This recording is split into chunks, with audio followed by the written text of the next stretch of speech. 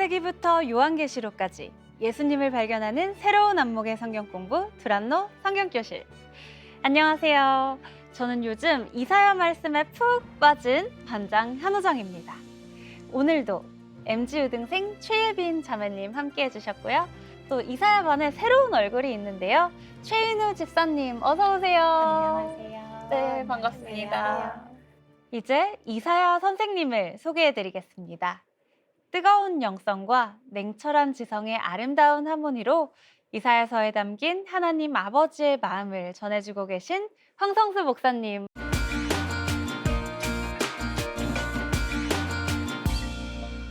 안녕하세요, 목사님. 네, 안녕하세요. 반갑습니다. 함께 이사야서를 공부할 황성수 목사입니다.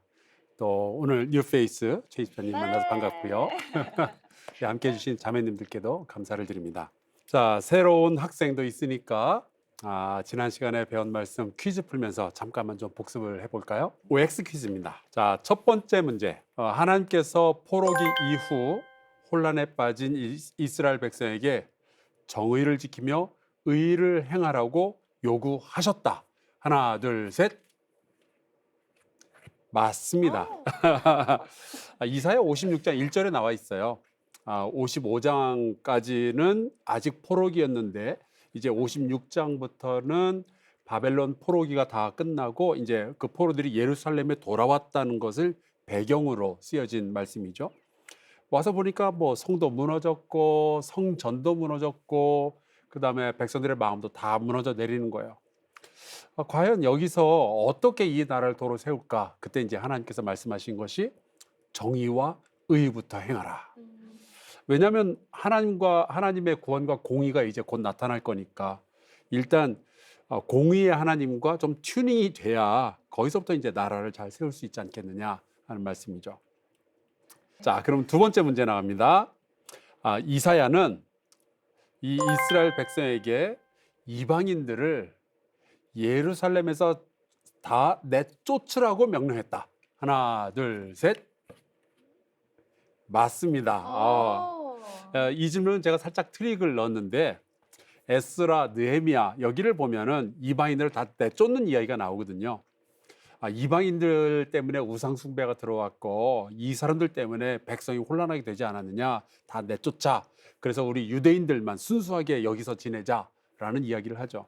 근데 이사야는 반대로 하나님은 유대인만의 하나님이 아니시지 않느냐, 모든 족속과 열방의 하나님이시니까 함께 가는 것이 맞지 않겠느냐라고 이야기를 하죠. 이렇게 성경에 상반되는 두 이야기가 있다는 것은 우리가 균형을 잘 잡아야 된다는 이야기예요.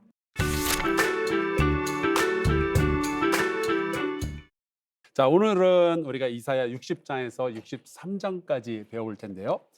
숙제들 해오셨죠? 네. 네, 좋습니다. 제가 미국에서 꽤 오래 살았는데 미국에서 이제 부동산 하시는 분들이 약간 속담처럼 하시는 말씀이 있어요. 뭐냐면 들어보셨을 거예요. 로케이션, 로케이션, 로케이션. 세 번을 반복해서 이야기를 하죠. 장소가 중요하다는 거예요. 건물이 얼마나 예쁘냐보다 어디에 세워져 있느냐. 그러니까 가게를 열든 집을 사든 병원을 세우든 그게 어느 장소에 세워질지가 정말 중요하다 하는 거죠. 우리나라도 마찬가지예요. 똑같이 생긴 집이라도 서울 강남에 있는 집과 대관령에 있는 집은 그 가격의 차이가 날 거예요. 그렇죠? 맞습니다. 제가 신학교에서 성경을 공부하고 그럴 때 우리 교수님들이 습관처럼 하시던 말씀이 있어요.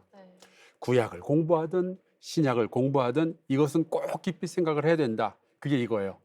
context, context, context. 상황이 중요하다라는 거죠. 상황을 우리가 이해하지 못하면은 우리는 여기에 이 말씀이 왜 있는지 오해하기가 굉장히 쉽습니다. 예를 한번 들어볼게요. 이제 소나기가 막 쏟아질 거래요. 이게 좋은 소식일까요? 나쁜 소식일까요? 상황에 따라서 다르죠. 그렇죠. 그렇죠. 만약 우리가 오늘 소풍을 가기로 했다면은 이건 나쁜 소식이에요. 그런데 가뭄 때문에 고생하고 있었던 농부들이 이 소식을 들으면은 이건 기쁜 소식이 되는 거죠. 그러니까 이사야서를 읽을 때는 어떤 예언이 어떤 상황에서 쓰여졌는가 이것을 먼저 이해하는 것이 굉장히 중요한 겁니다. 거기에 따라서 해석이 확확 달라질 수 있거든요. 그래서 이제 학자들이 이사야서를 읽을 때는 제1 이사야, 제2 이사야, 제3 이사야 이렇게 나누고 있는 거예요. 오늘 우리가 읽게 되는 이사야 60장부터 63장까지는 제3 이사야에 속해 있습니다. 자, 제3 이사야는 언제쯤 이제 포로가 돌아와서 돌아왔을 때, 네. 예루살렘을 보니까 다 무너져 있는 거예요. 네, 자, 폐허가 그 상황 되어 있을 때. 맞아요. 네. 네, 폐허예요. 그 상황입니다. 네. 이 폐허 위에 다시 나라를 좀 세워보려고 하는데 그러기에는 지금 너무 혼란스럽고 뭐부터 해야 되는지도 모르겠는 거예요.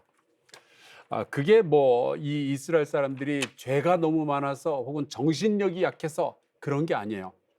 어찌 보면 굉장히 당연합니다. 생각해 볼까요? 우리나라의 근대사도 비슷합니다. 1945년에 이제 드디어 대한민국이 광복절을 맞이하잖아요. 일본으로부터 해방된 바로 그날 온 백성이 길거리에 쏟아져 나와서 뭘 했을까요? 대한독립 만세를 했겠죠. 그렇게 즐거워했는데 그때부터 어떤 문제가 시작이 되느냐 하면은 일본이 떠나간 자리에 누가 과연 우리를 다스릴 건가? 이 질문이 나오는 거예요. 이게 굉장히 골치 아팠습니다. 그거를 정하지 못해가지고 막 우왕좌왕하고 그러다가 결국 38선이 그어지게 되고 남과 북이 갈라지고 결국 전쟁까지 이어지게 되잖아요. 지금 이스라엘도 그런 어려움을 겪고 있는 거예요. 이스라엘은 독립을 한 것도 아니고 안 한 것도 아니고 애매한 상황이죠. 이스라엘을 그렇게 괴롭혔던 바벨론은 사라졌는데 이제는 페르시아 제국이 들어섰어요. 그래서 이제 페르시아 눈치를 계속 봐야 되는 거거든요. 백성들은 이제 나라가 망한 거를 다 봤으니까 다들 이제는 정신을 차렸겠지 했는데 웬걸 아직도 정신 못 차리고 여전히 죄 짓는 사람들이 있는 거예요. 이럴 때 우리가 쓰는 말이 있죠. 무력감. 이것도 해보고 저것도 해보지만 결국 실망만 켜켜이 학습이 되고 사람들이 이제 체념하기 시작하는 거예요. 안 되는구나. 안 되는구나. 사람은 스스로 구원할 수 없다는 것이 명확해지게 되죠. 자, 여기에 대해서 이사야가 예언을 한 말씀이 있어요. 이사야 59장 9절 말씀인데 요거 한번 읽어보겠습니다. 그러므로 정의가 우리에게서 멀고 공의가 우리에게 미치지 못한즉 우리가 빛을 바라나 어둠뿐이요 밝은 것을 바라나 캄캄함 가운데에 행함으로. 아멘. 아멘. 하나님은 정의와 의를 행하라 라고 말씀을 하셨는데 해보니까 안 되더라 이거죠. 이게 인간의 한계를 설명하는 구절입니다. 아무리 원하고 아무리 노력해도 인간이 이룰 수 없는 것들이 있는 거예요. 300년 전에 그 계몽주의 사상이 이제 온 유럽에 퍼지죠. 그러면서 이런 거예요. 계몽주의는 인간이 마음 굳게 먹고 우리의 지성, 우리의 이성을 잘 사용하면은 우리의 세상을 더 좋은 곳으로 만들 수 있을 거다. 그래서 뭐 존 로크, 데이비드 휴엄, 볼테르, 루소, 뭐 칸트 이런 사람들이 이 생각에 사로잡힌 거예요. 그래서 인간의 이성을 막 극한대로 끌어올리면은 우리 모두가 다 잘 살고 행복해질 수 있다 이거죠. 그런데 어느 순간 그래 인간의 이성이 그렇게 좋은 거라면 우리들 중에 누구의 이성이 더 우월할까? 이 질문이 튀어나옵니다. 프랑스의 이성인가? 독일의 이성인가? 영국의 이성인가? 이렇게 경쟁을 하다가 그 결과가 제1차 세계대전이었어요. 이성으로 세상을 바꿀 수 있다라고 생각한 사람들 가운데 공산주의자들이 나오죠. 공산주의 혁명이 벌어지고 그렇게 하나님을 버리고 사람의 이성을, 지성을 더 신뢰하면 신뢰할수록 세상은 더 엉망이 되어 가는 거예요. 그러고 보면 사람은 굉장히 선한 생각도 왜곡을 시켜가지고 기어코 악으로 만드는 아주 못된 본능이 있습니다. 2009년에 그 담비사 모요라는 그 잠비아 출신의 경제학자가 데드 에이드, 죽은 원조라는 책을 썼어요. 거기에 보면은 지난 50년 동안 아프리카 대륙을 돕기 위해서 전 세계로 들어왔던 원조금이 1조 달러가 넘었다고 그래요. 전 세계가 도와주면은 이제 아프리카는 열심히 노력해서 경제적으로 성장할 수 있을 거다라는 이성적이고 논리적인 판단을 사람들이 내렸던 거죠. 너무 당연히 그럴 것만 같은데. 그렇죠. 우리도 다 그렇게 생각하잖아요. 네. 도와주면은 살아날 수 있다. 네. 그런데 그 도움을 받았던 아프리카의 수많은 나라들의 빈곤율은 오히려 상승하죠. 알고 보니까 그렇게 쏟아부었던 돈이 독재 정권의 유지 자금으로 쓰여지거나 전쟁하고 내전하는데 다 돈이 흘러 들어간 거예요. 국제 단체들의 선한 의지와 상관없이 아프리카를 위해서 보내진 원조는 아프리카를 더 의존적으로 만드는 현상도 벌어졌고요. 빛을 발했으나 어둠만 점점 늘어나고 있는 거예요. 밝은 것을 바라나 캄캄한데 행하게 되는 거죠.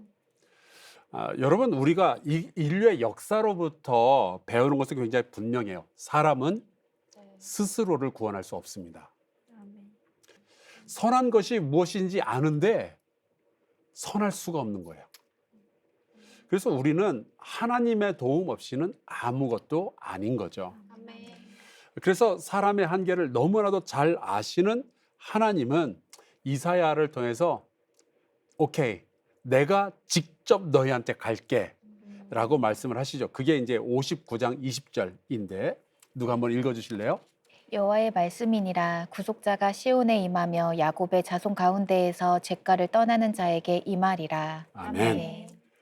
여호와께서 오겠다라고 말씀을 하시죠. 여러분, 구원은 사람이 스스로 이루는 게 아니고요. 하나님이 우리에게 주시는 겁니다.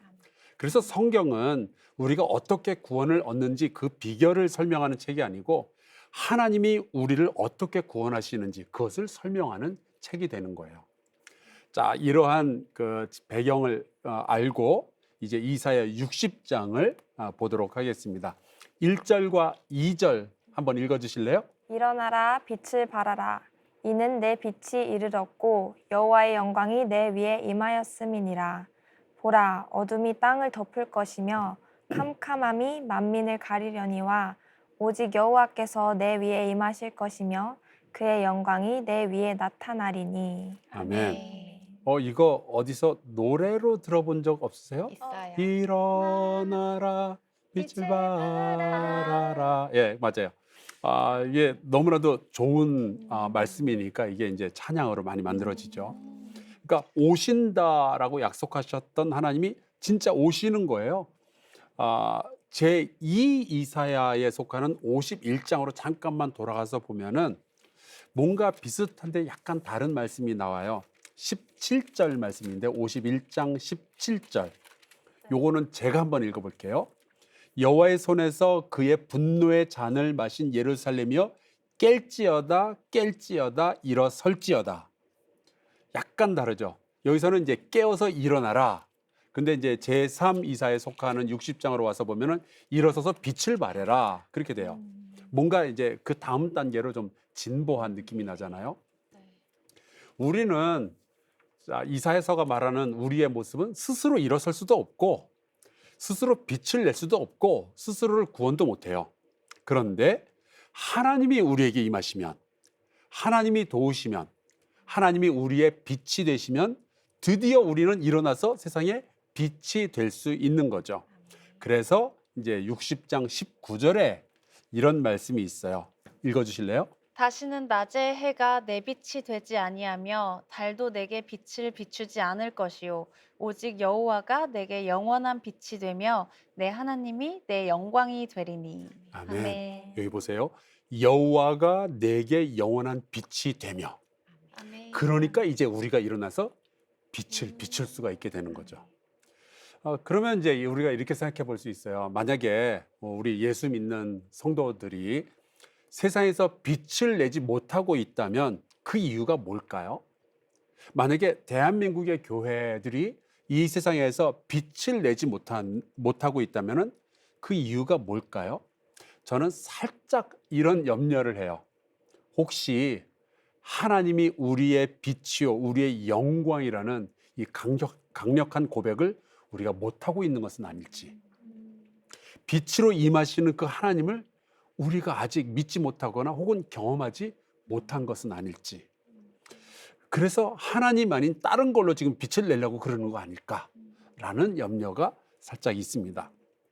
하지만 빛으로 오시는 그 주님을 우리가 받아들이고 그 주님을 경험하게 되면은 어떤 일들이 벌어지는가?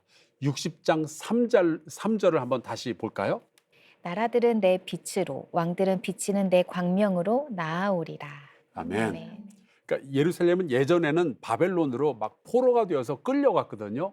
이것을 이렇게 표현하면 어때요? 어둠 속으로 끌려 들어가는. 예.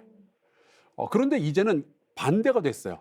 사람들이 예루살렘으로 오기 시작하는 거예요. 빛을 경험하고 싶어서. 하나님을 만나기 위해서. 그렇게 회복된 나라, 회복된 백성이 되는 거죠.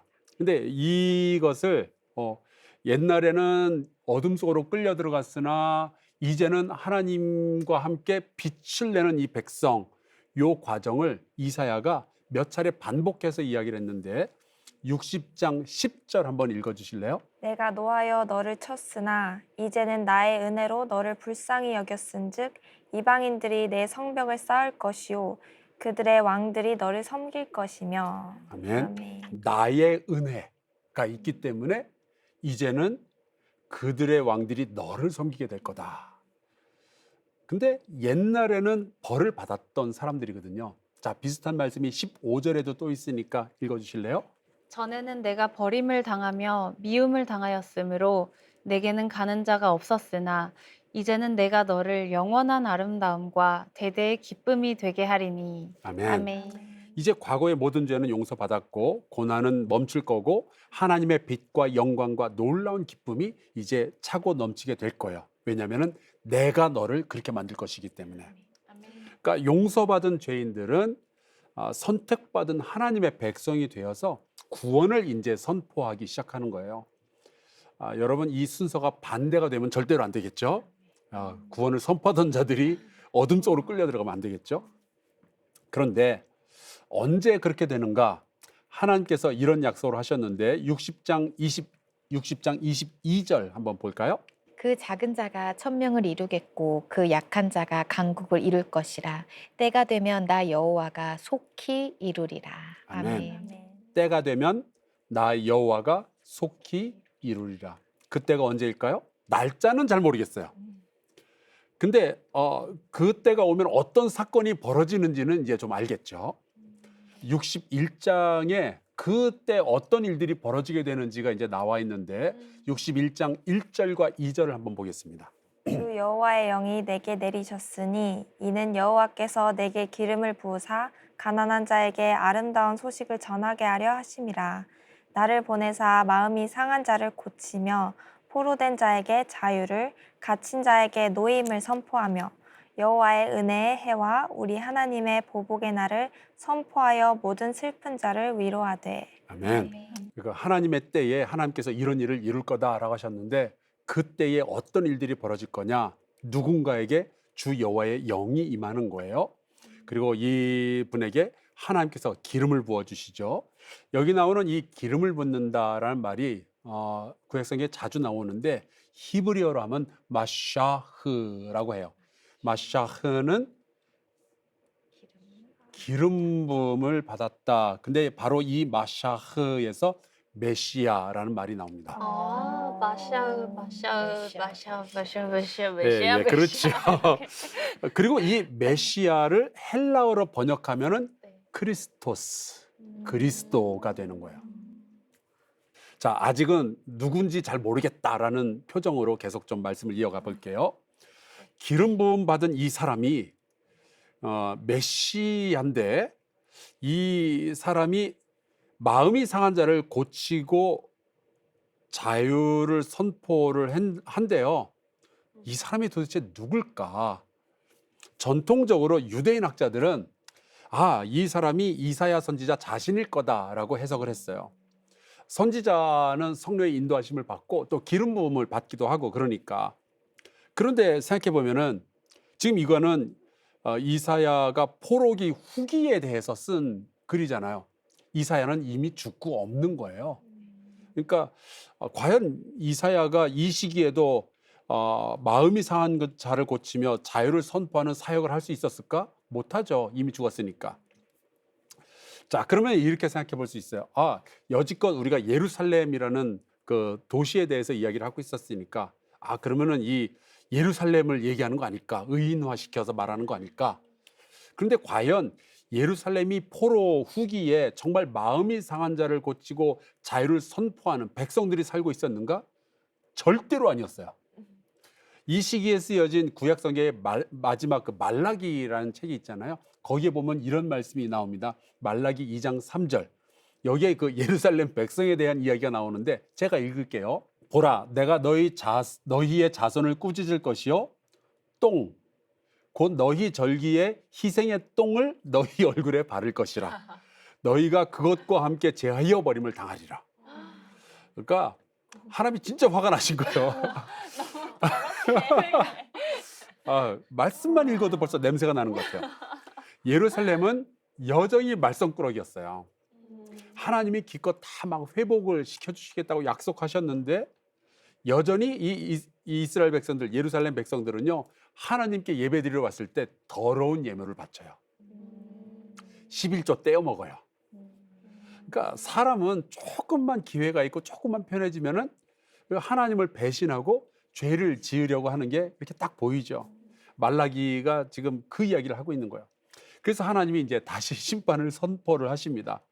그런데 구약의 제일 마지막 장, 제일 마지막 절, 이게 말라기 4장 6절인데 이게 어떻게 되는지 아세요? 누군가가 오는데 그가 아버지의 마음을 자녀에게로 돌이키게 하고 자녀들의 마음을 그들의 아버지에게로 돌이키게 하리라. 돌이키지 아니하면 두렵건대 내가 와서 저주로 그 땅을 칠까 하노라 하시니라. 누군가가 와서 아버지의 마음을 자녀에게 돌이키게 하고 자녀들의 마음을 아버지께로 돌이키게 하고, 이거를 이렇게 말할 수 있어요. 누군가가 와서 도와줘야만 우리가 살 수 있다는 거예요. 도대체 이 사람이 누굴까요? 누구길래? 아직 모른 척하고. 예. 누구길래 막혀있던 하나님과 사람 사이에 그 막힌 담을 다 허물고 관계를 회복시켜 준다는 걸까요? 자, 이 질문에 대한 대답을 모른 채 유대인들이 그냥 수백 년을 지나가는 거예요. 그리고 어느 날 나사렛의 한 회당에서 이런 일이 벌어지게 되는데, 이거는 너무 중요하니까 누가복음 4장 16절에서 19절까지의 말씀. 예수께서 그 자라나신 곳 나사렛에 이르사 안식일에 늘 하시던 대로 회당에 들어가사 성경을 읽으려고 서심해 선지자 이사야의 글을 들이거늘 책을 펴서 이렇게 기록된 데를 찾으시니 곧 주의 성령이 내게 임하셨으니 이는 가난한 자에게 복음을 전하게 하시려고 내게 기름을 부으시고 나를 보내사 포로된 자에게 자유를, 눈먼 자에게 다시 보게 함을 전파하며 눌린 자를 자유롭게 하고 주의 은혜의 해를 전파하게 하려 하심이라 하였더라. 아멘. 이 말씀 어디선가 들어본 것 같은데 바로 이사야 61장에 나오는 그 말씀이에요. 그러니까 그 말씀이 선포는 되었지만 실행되지 않은 채로, 도대체 누가 이런 사람이야? 질문만 가진 채로 수백 년을 지나왔는데 어느 날 예수님께서 이 말씀을 읽으신 거예요. 그리고 이렇게 말씀을 하십니다. 20절과 21절 누가 읽어주실래요? 책을 덮어 그 맡은 자에게 주시고 앉으시니 회당에 있는 자들이 다 주목하여 보더라. 이에 예수께서 그들에게 말씀하시되 이 글이 오늘 너희 귀에 응하였느니라 하시니. 아멘. 하나님께서 그러셨죠. 때가 되면 나 여호와가 속히 이룰 것이다. 예수님은 이렇게 말씀하셔요. 그 말씀이 오늘 성취되었다. 그러니까 이사야가 예언했던 메시아가 바로 예수 그리스도라는 뜻이죠.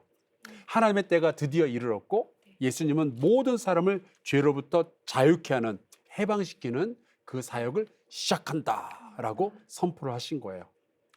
자, 다시 이사야 61장으로 돌아와서 3절 말씀을 볼까요?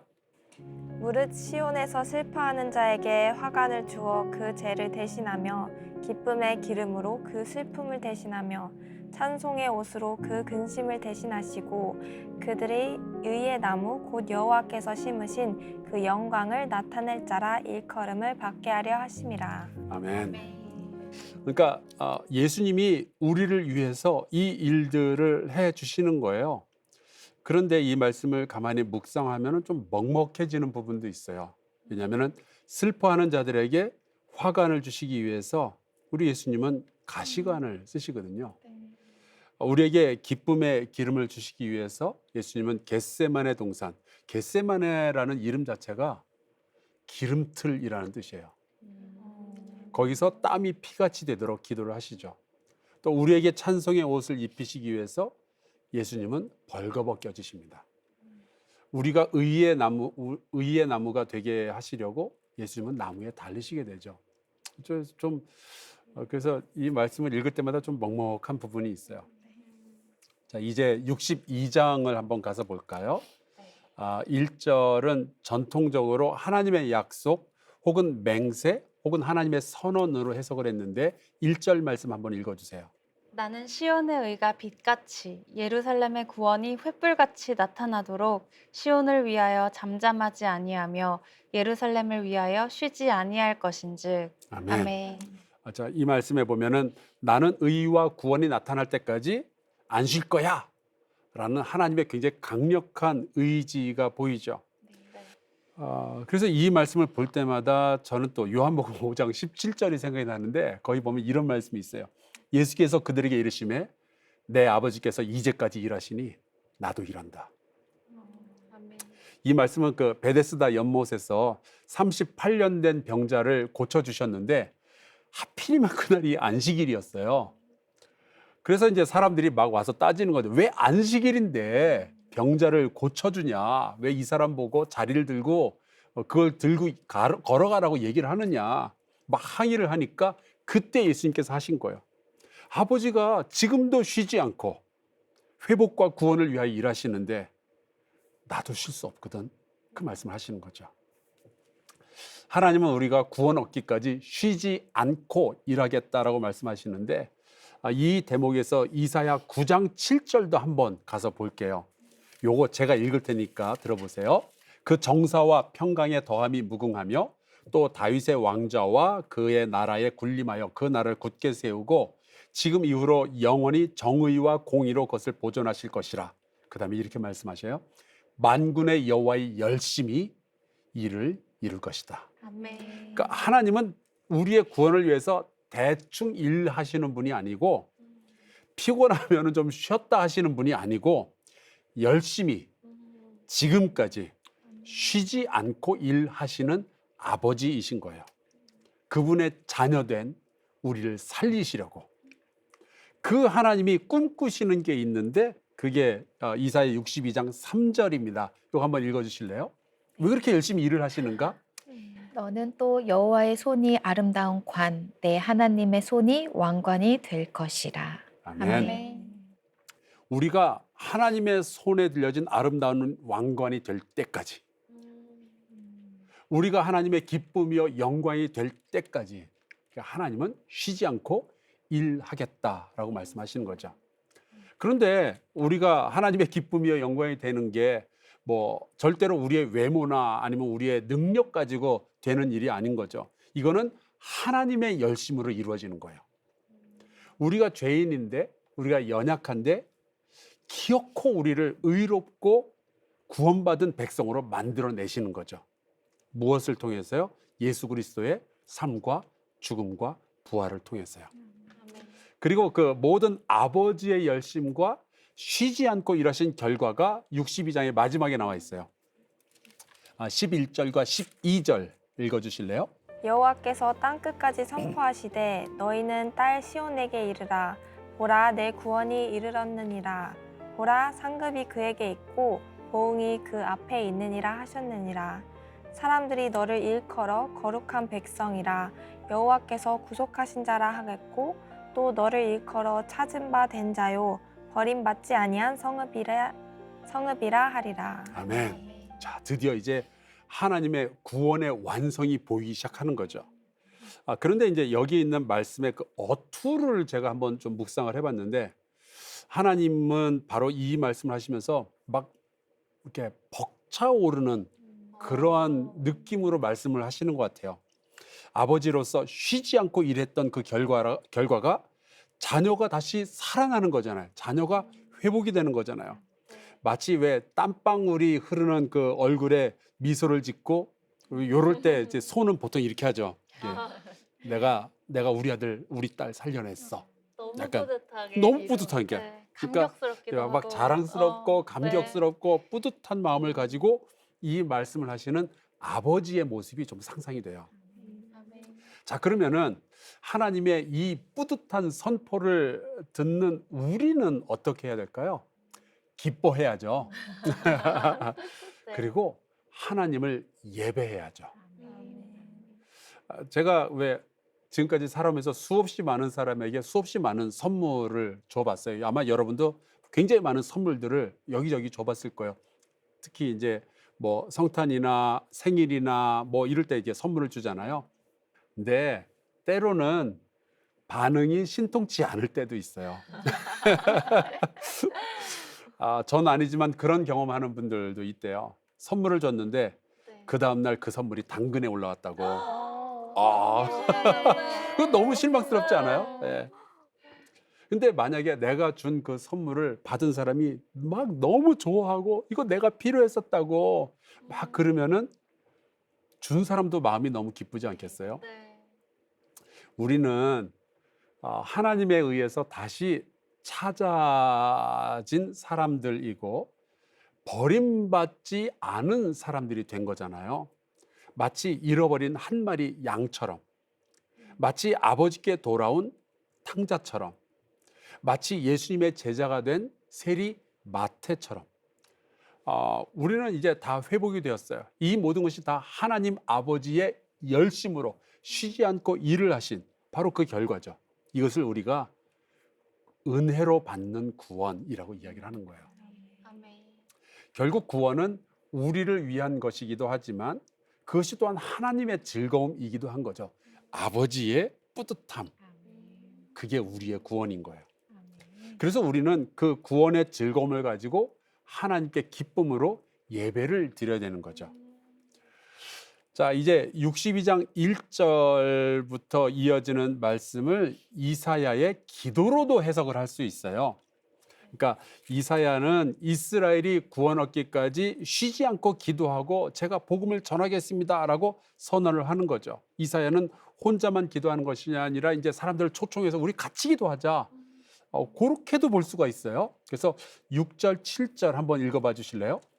예루살렘이여 내가 너의 성벽 위에 파수꾼을 세우고 그들로 하여금 주야로 계속 잠잠하지 않게 하였느니라. 너희 여호와로 기억하시게 하는 자들아 너희는 쉬지 말며 또 여호와께서 예루살렘을 세워 세상에서 찬송을 받게 하시기까지 그로 쉬지 못하시게 하라. 아멘. 하나님의 구원이 이루어질 때까지, 회복과 부흥이 일어날 때까지, 그리고 하나님의 나라가 이 땅에 완전히 이루어질 때까지 우리 같이 기도하자라는 요청인 거죠. 만약에 이 땅에서 아버지 하나님께 부르짖으며 기도하는 사람들이 있다면 하나님은 그 기도에 반드시 응답하여 주실 줄로 믿습니다. 아멘. 자, 이제 63장을 한번 볼까요? 여기에는 그 하나님께서 그 자녀들의 구원을 위해서 얼마나 열심히 쉬지 않고 일하시는지가 나오는데요. 1절, 2절 말씀을 한번 볼까요? 약간 어렵긴 한데 한번 볼게요. 네. 1절, 2절. 에돔에서 오는 이 누구며 붉은 옷을 입고 보스라에서 오는 이 누구냐 그의 화려한 의복 큰 능력으로 걷는 이가 누구냐 그는 나이니 공의를 말하는 이요 구원하는 능력을 가진 이니라 어찌하여 내 의복이 붉으며 내 옷이 포도즙 틀을 밟는 자 같으냐. 아멘. 에돔에서 오는 그분이 누구냐? 붉은 옷을 입고 오는 분 그분이 누구냐? 화려한 의복 큰 능력으로 걷는 이가 누구냐? 그는 나다. 이거예요. 여기에 나오는 에돔은 그 이스라엘의 형제 국가이자 동시에 원수 국가이기도 해요. 그 야곱의 형 에서라고 있잖아요. 그 에서로부터 이제 시작된 나라고. 그래서 신명기 23장에 보면은 에돔 사람을 미워하지 말라라는 구절도 있어요. 그런데 이 에돔은 사랑을 원수로 갚았던 나라입니다. 바벨론을 도와서 이스라엘이 무너지도록 했던 그런 나라예요. 그래서 이제 오바댜 1장 10절에 보면 이런 말씀이 있습니다. 내가 내 형제 야곱에게 행한 포악으로 말미암아 부끄러움을 당하고 영원히 멸절되리라. 이 에돔을 향한 말씀이었어요. 그래서 이런 역사적 과정을 통해서 에돔은 하나님의 은혜와 하나님의 백성을 배신하고 팔아넘기는 원수의 상징이 되죠. 그리고 재미있는 것은 이 에돔이라는 이름 자체가 붉다라는 뜻을 가지고 있어요. 자, 그러면은 붉은 나라 에돔에서 붉은 옷을 입고 오는 사람이 누굴까? 이 붉은색은 왜 붉은 걸까? 이 붉은색은요, 염색을 해서 붉은 게 아니에요. 포도즙 틀을 밟은 사람처럼 붉은색이 막 옷에 튀고 막 젖고 그렇게 돼서 옷이 빨개진 거예요. 이 사람은 누구냐? 이제 많은 학자들이 하나님 자신으로 해석을 합니다. 하나님과 하나님의 백성을 대적하는 무리들을 심판하고 정복해서 돌아오는 장군의 이미지인 거예요. 자, 이 장군이 적지에 가서 칼을 휘두르고 그러면서 막 싸웠어요. 그럼 어떻게 될까요? 적의 피가 옷에 묻은 거죠. 그래서 이제 붉은 옷을 입고 돌아오는 이가 누구냐 그렇게 되는 거야. 그래서 3절이 나오는데 3절 한번 읽어주실래요? 만민 가운데 나와 함께한 자가 없이 내가 홀로 포도즙 틀을 밟았는데 내가 노함으로 말미암아 무리를 밟았고 분함으로 말미암아 짓밟았으므로 그들의 선열이 내 옷에 튀어 내 의복을 다 더럽혔음이니. 알겠죠? 하나님 아버지가 얼마나 열심히 얼마나 쉬지 않고 일하시는 거 하니 이렇게까지 표현을 해놓은 거예요. 내가 너희를 위해서 홀로 싸웠다. 하나님은 바로 이 말씀을 통해서 하나님의 백성을 구원하시고 보호하시기 위해서 말씀하시는 거죠. 전쟁은 나에게 속했다. 원수 갚는 것은 내게 속하였다. 만약에 이렇게 말씀하시는 분이 우리의 아버지라면은 정말 마음이 든든하지 않겠어요? 너무 든든하죠.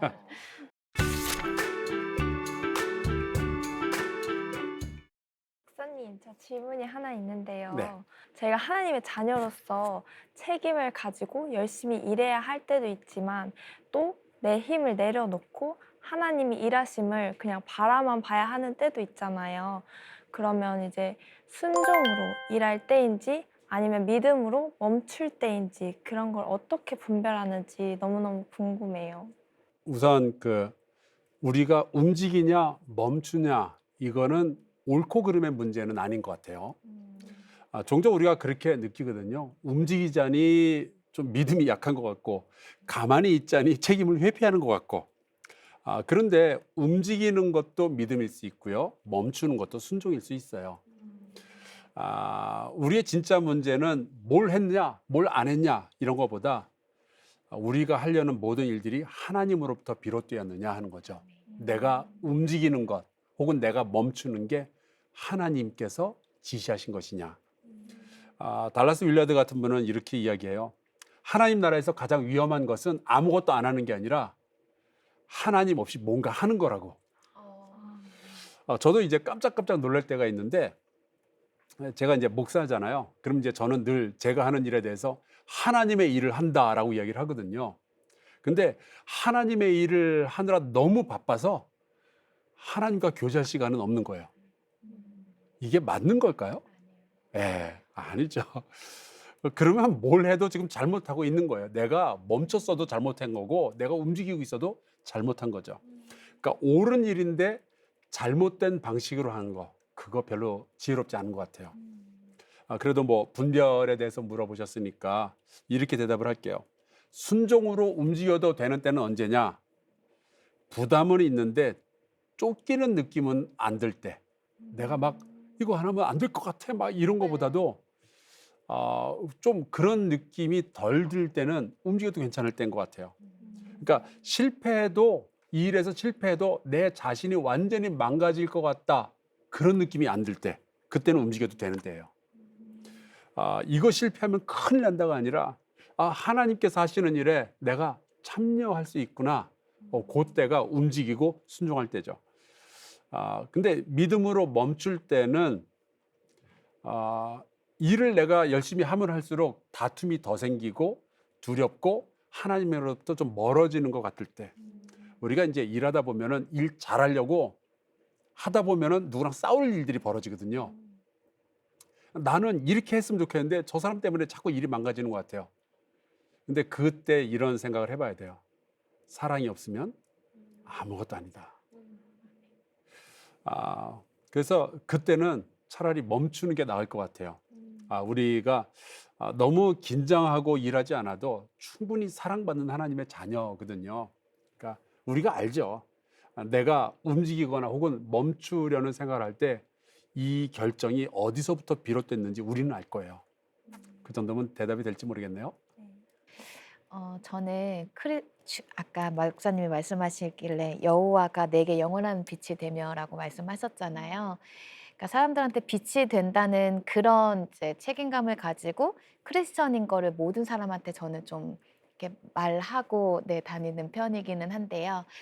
근데 어느 순간 제가 부족함이 있고 사람인지라 실수를 할 때가 있는데 이 크리스천이라는 말을 함으로써 오히려 주님의 그런 거를 가린다거나 제가 아니면 저를 통해서 혹시나 시험에 든다거나 그러니까 주님의 그런 얼굴에 조금이라도 좀 누가 될까봐 걱정될 때도 있어요. 그러면 그게 크리스천으로서 말하는 게 더 나은 건지 아니면 좀 숨기고 그냥 조용히 사는 게 맞는 건지 좀 분별이 어려울 때가 있습니다. 네. 저는 이런 생각을 해요. 우리가 완전해야, 실수가 없어야 하나님께서 영광을 받으실 수 있을 거다라는 것은 좀 지나친 상상이 아닐까 싶어요. 하나님의 영광은 우리의 완벽한 삶을 통해서만 드러나는 것이 아니라 때로는 우리의 연약함을 극복하는 과정에서도 하나님의 영광이 드러나게 되는 거거든요. 그러니까 만약에 우리가 하나님의 자녀라는 것을 사람들한테 이야기할 때 사람들은 우리에게서 뭘 기대하게 될까요? 우리가 완벽할 것을 기대할까요? 저는 오히려 사람들은 우리가 진실할 것을 기대하는 것 같아요. 그러니까 만약에 우리가 기독교인인 것을 밝혔는데 실수를 했어요. 그때 만약에 우리가 변명으로 덮으려고 한다든지 책임을 회피하려고 한다든지 상처받은 사람의 마음보다 내 명예와 내 체면을 더 지키려고 한다면 오히려 저는 그게 더 큰 문제가 될 거라고 생각을 해요. 자, 그러면은 그럼 처음부터 말 안 하는 게 좋지 않나? 나 크리스천이라는 얘기 비밀로 하는 게 좋지 않나? 뭐 그럴 수도 있죠. 말하지 않는 게 지혜일 수는 있지만 침묵이 믿음의 증거는 될 수가 없을 것 같아요. 그러니까 사실 예수님도 어떤 자리에서는 내가 그리스도인 거 말하지 마라 말씀하신 적도 있어요. 근데 어떤 곳에 가서는 아예 의도적으로 말씀하시죠. 내가 곧 그다. 중요한 것은 이런 그 타이밍인 것 같은데 C.S. 루이스가 그런 말을 한 적이 있어요. 그러니까 기독교는 우리가 얼마나 좋은 사람들인지를 보여주는 종교가 아니고 우리가 얼마나 자주 용서를 필요로 하는 사람인지를 보여주는 종교다. 우리가 하나님의 영광을 가렸다고 칩시다. 근데 하나님의 영광이 가려지긴 가려지나요? 돌들로도 찬양을 받으실 분이잖아요. 그러니까 베드로는 예수님을 3번이나 모른 척했어요. 그래서 하나님의 영광이 땅에 떨어졌을까요? 전혀 아니거든요. 결국 하나님은 다시 베드로를 세우시고 그를 통하여 영광을 거두시게 되죠. 그러니까 저는 뭐 영광을 가렸네, 영광을 드러냈네 그런 것에 너무 흔들리지 말고 잘 나갈 때도 혹은 실수할 때도 하나님과 우리가 계속 동행할 수 있다면 그걸로 족하다라는 생각을 합니다. 아멘. 네. 이렇게 우리는 여전히 연약하지만 하나님께서 저희를 먼저 찾아오셔서 하나님의 열심으로 구원을 완성하시는 이 주님의 은혜가 얼마나 큰지 오늘 말씀을 배우면서 다시 한번 깨닫게 되어서 너무 감사한 시간이었습니다. 자, 그럼 오늘 배운 말씀 요약해 볼까요?